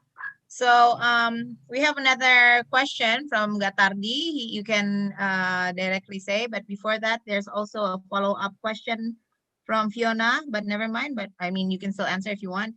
What happens when you realize the project is under budget during midway? Yeah, but we will allow Gatardi to also ask first. Go ahead, Gatardi. You can unmute yourself. Pak Anjar, I'd like to ask another question. You said it's critical, it's crucial for us as workers, as new workers in the IT industry to understand the legal aspects. Specifically in Indonesia, what sort of macam-macam hukum apa, like which type of laws should we ought to master, kuasai, like understand, know as the IT worker, like is it the employment law, or like there are certain books on IT law that you can recommend, or like resources, like, yeah, so we get that, like that you recommend for us for the legal side. That's good.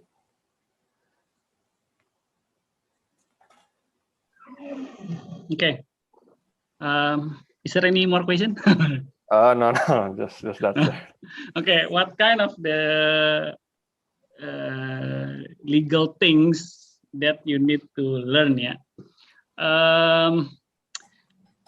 Basically, legal is like something like common sense. Yeah.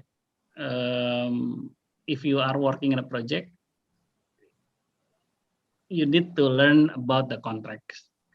The contracts usually have like consequences. For example, if you involve in doing payment system, the payment system will have relation with the other greater law. For example, like data privacy, the regulation from the Kominfo Ministry, regulation from Bank Indonesia, regulation from OJK, regulation from Bapepam, stock exchange. So it might be tricky, very tricky. It will be specific project to project. So you cannot maybe please give me one regulation and there's problem will be solved.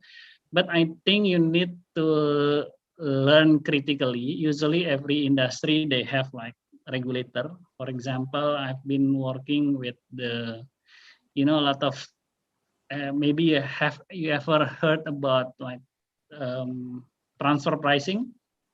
So a lot of company, foreign company in Indonesia, for example, this is only example, yeah. For example, like Toyota, they have the system in Japan. So they usually charge the transaction from the Japan to Indonesia. A lot of this transaction is suspicious or not suspicious. It's fake transaction. So you are the IT team, and then you are the project management, and the head office from Japan, for example, tell you, hey, you are project manager for this kind of the $100 million project, for example. But you start to realize that the value of the project should not be that big,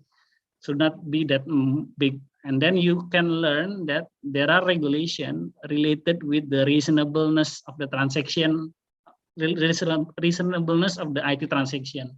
So if you don't know that there is a potential that the head office in Japan want to get like less tax from the IT transaction, so you need to know about the legal consequences of that decision, of that project. So it's very complicated. it will be depending on the project by project. For example, you are developing the system based on cloud. There might be issue where the data should be located. It should be located in Indonesia or in the country. You need to know about the regulation of that things. The sad thing is sometimes they blame it into like very junior consultant. For example, you just join, you are a DevOps engineers, you don't know nothing about the data residential regulation, and you need to sign the document, the data residential, that's saying that the company want to have the data located in Singapore instead of Indonesia, and you're sign of that, and then you will become, you can be part of the victim when the auditors or regulator check the project, and when you are in charge, responsible in that, and then you can get the problems. Then the problem can be as easy as that. So that's why you need to learn. That's like the tips that I'm saying. You need to document everything. This is like common sense, but you need to be aware. This is very good if you starting to aware about this.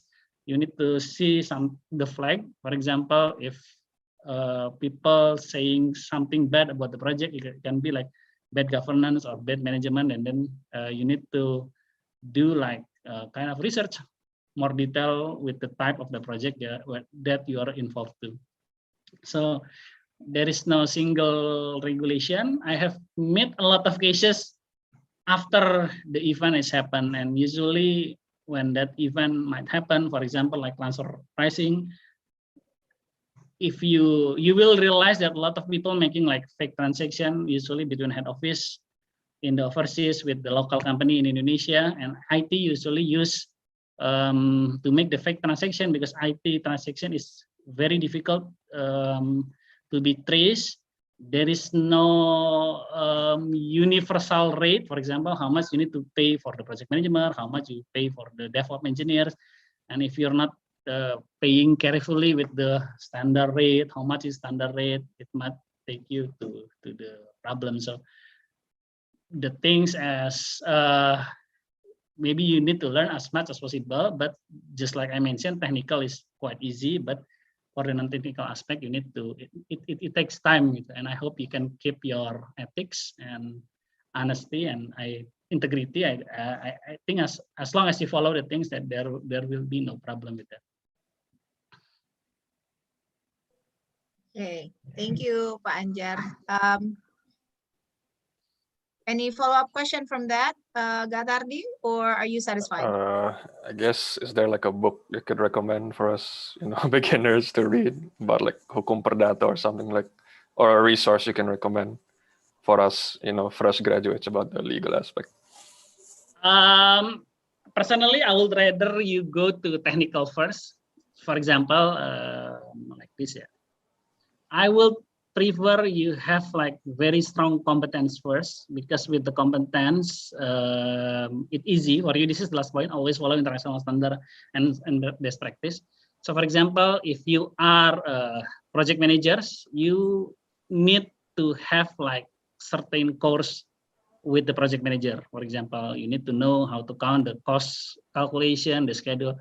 So once you know about the technical skill, and then you goes up with things like Agile. Agile is more like mindset, concept, things like jargon. After that, you know about the jargon, and then you go to like legal. I would prefer you don't go with the legal aspect first without having like strong foundation, because when KPK comes to you, when Kejaksaan comes to you, your opinion only matter if you have like proper qualification to give that opinion. For example, researchers, you have a qualification to be researcher if you have something of degree. You are qualified as project manager.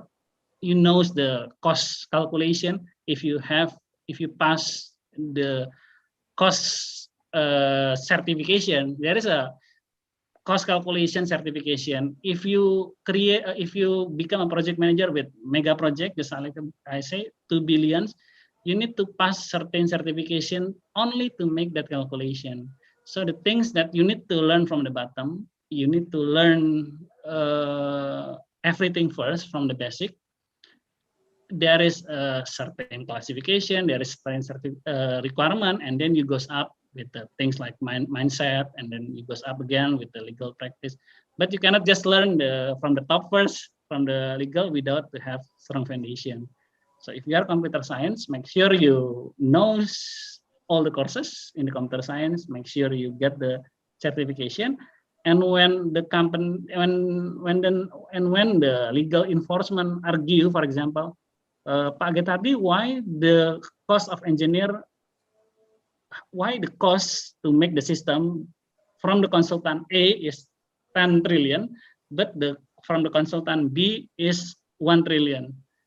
How can you argue that?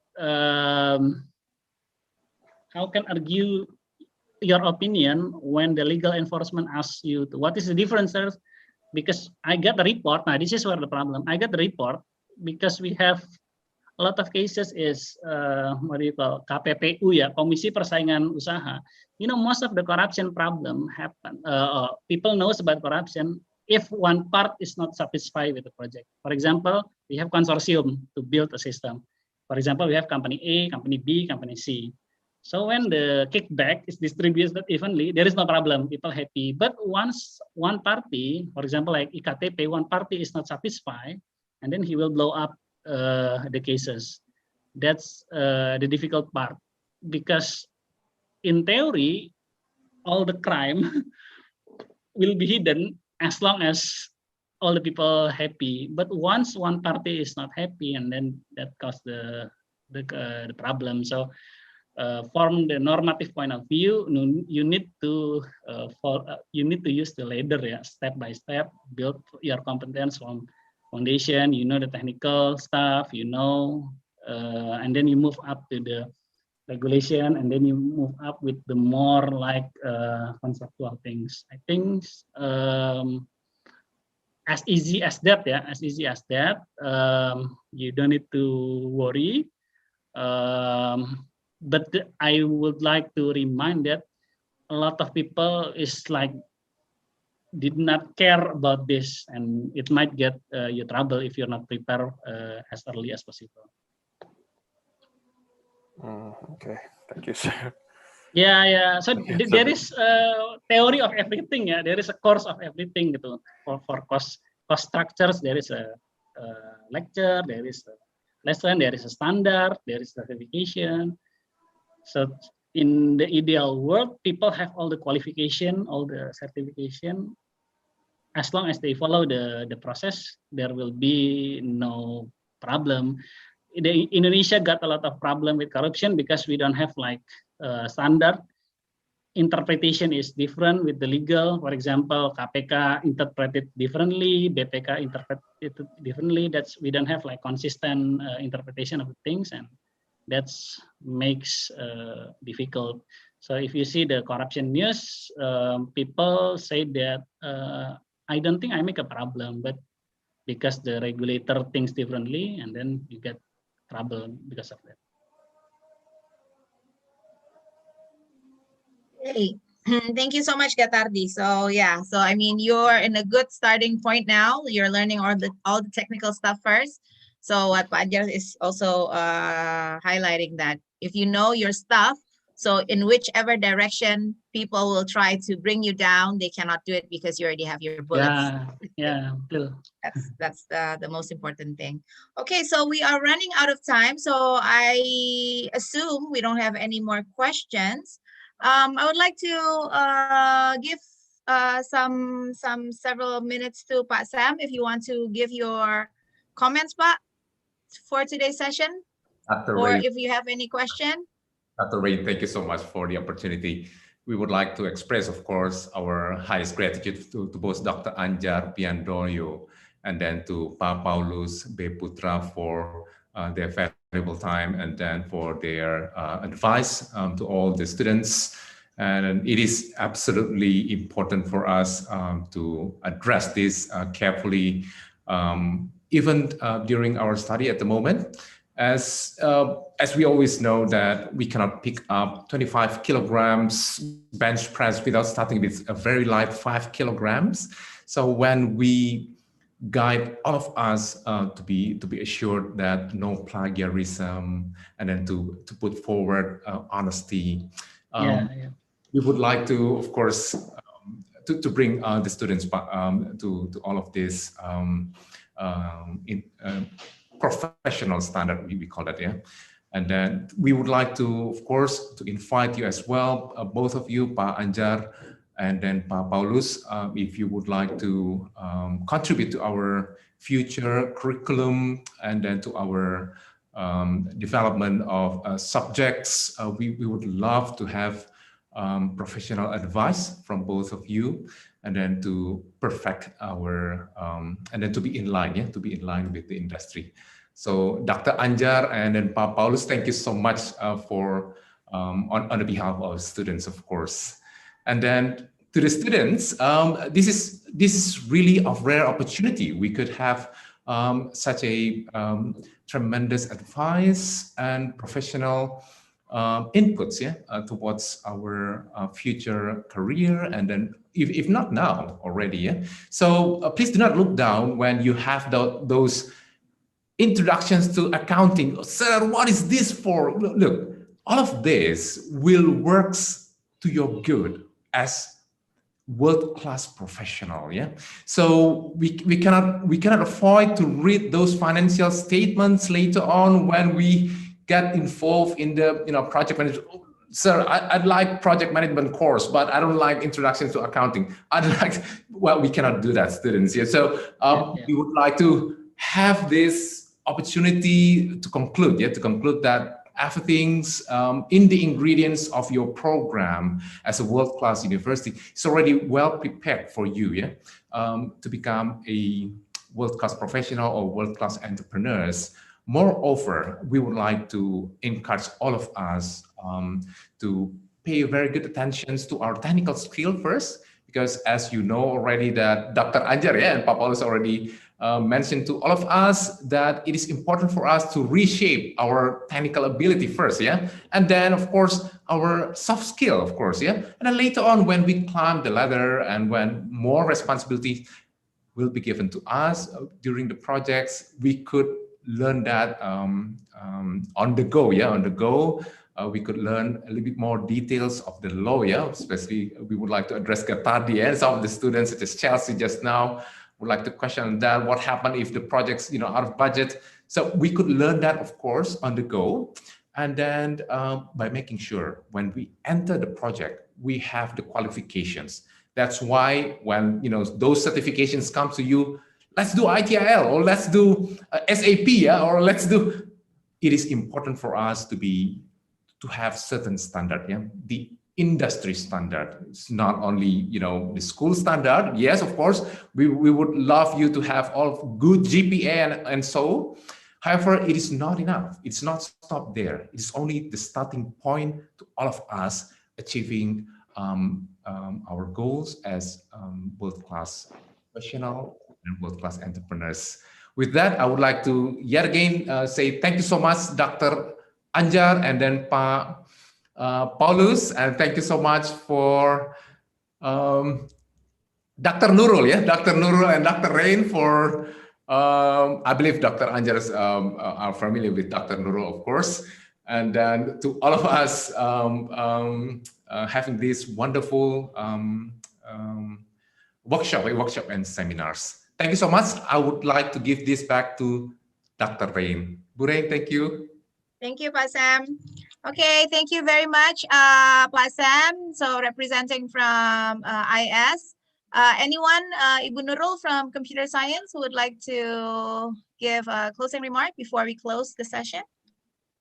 No, Bu, I just want to say thank you for both speakers. We're very glad to have both of you. And please, if is there any things that we can do further, yeah, in this collaboration, please let us know, yeah, Pak Paulus and Pak Anjar. Thank you very much. Yes.